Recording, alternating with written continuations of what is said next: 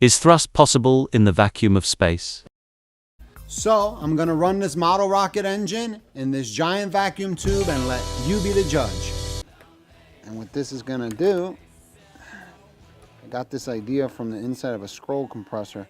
And what this is going to do is not only hold our rocket in the center of the tube, it's also going to allow us to see how much force the rocket is producing. Model rocket engine in a vacuum.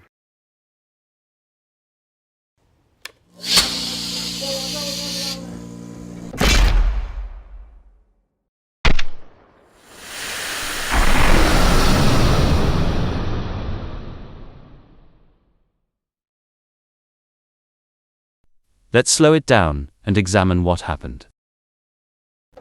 What requirement is there for every action having an equal and opposite reaction? There's no medium of resistance to create thrust in the vacuum of space. Notice it doesn't start moving until there is a medium of gases introduced in the vacuum chamber, creating a medium of resistance for the rocket to propel forward.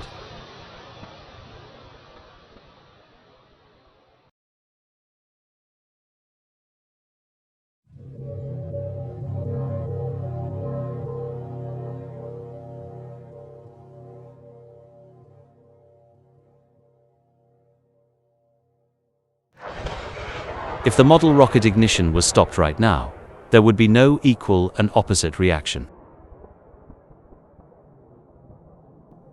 There would be no thrust.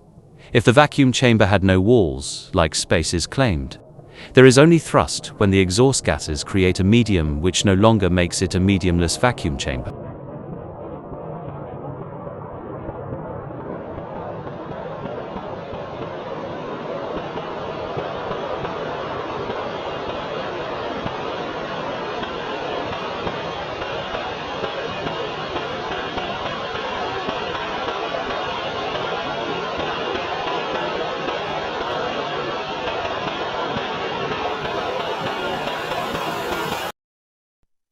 So if a spaceship fires a propellant to move in space, what would happen? There is no walls to build up resistance. There is no air to push against in space. The propellant would shoot out the end and the spaceship wouldn't move. Let's look at another example. I'm just going to put the flash paper inside the syringe and then glue the plunger so it can't come out, so the pressure can build up. Okay, got it hanging in there. Completely suspended.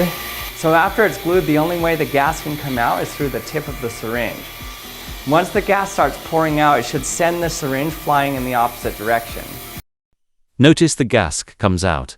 The syringe doesn't move. And the gas bounces off the chamber wall, which you don't have in space, and bounces back to move the syringe.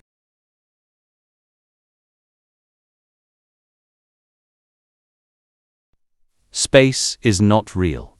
You can't have gas pressure next to the vacuum of space, as entropy would instantly suck all of our atmosphere to fill the available space.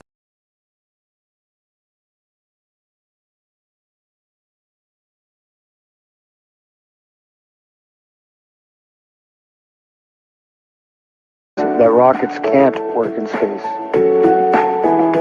In stage one of these two similar experiments, a balloon is blown up and it's placed in the place of rocket fuel, and it's attached to the straw and it's taped to a toy car. Now the balloon is released and the air travels through the straw and the car is propelled forward as expected.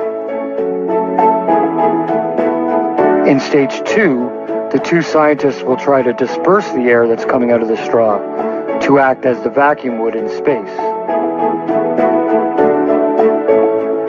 Let's watch these two-stage experiments unfold and see what happens when the atmosphere is removed from the equation. The person on the right tries it with a vacuum cleaner and misses on his first attempt to get it in exactly the right spot. The person on the left makes a paper deflector to show that the opposite reaction is based off the fuel pushing off the atmosphere outside the vehicle.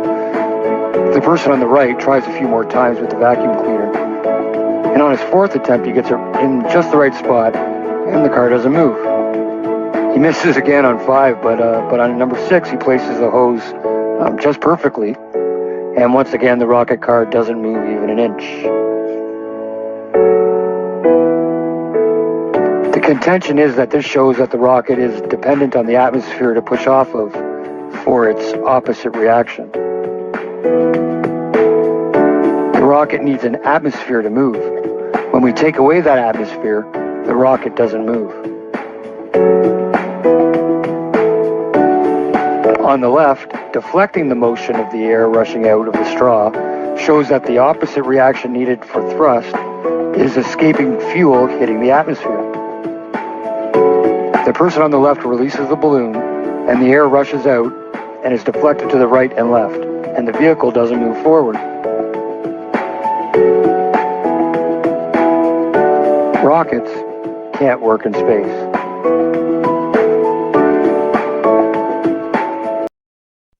If you haven't watched my videos showing that they faked Artemis 2, I recommend you give them a watch.